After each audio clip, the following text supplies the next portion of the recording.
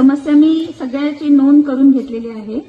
तर ह्याच्यावरती जे जे आपल्याला शक्य आहे आता लगेच ते आपण ह्याच्यावरती काम करूया.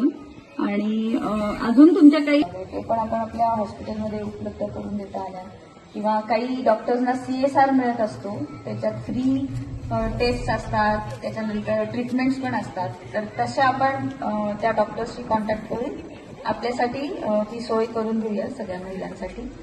ते एक मला सुचलंय आता. आणि बाकी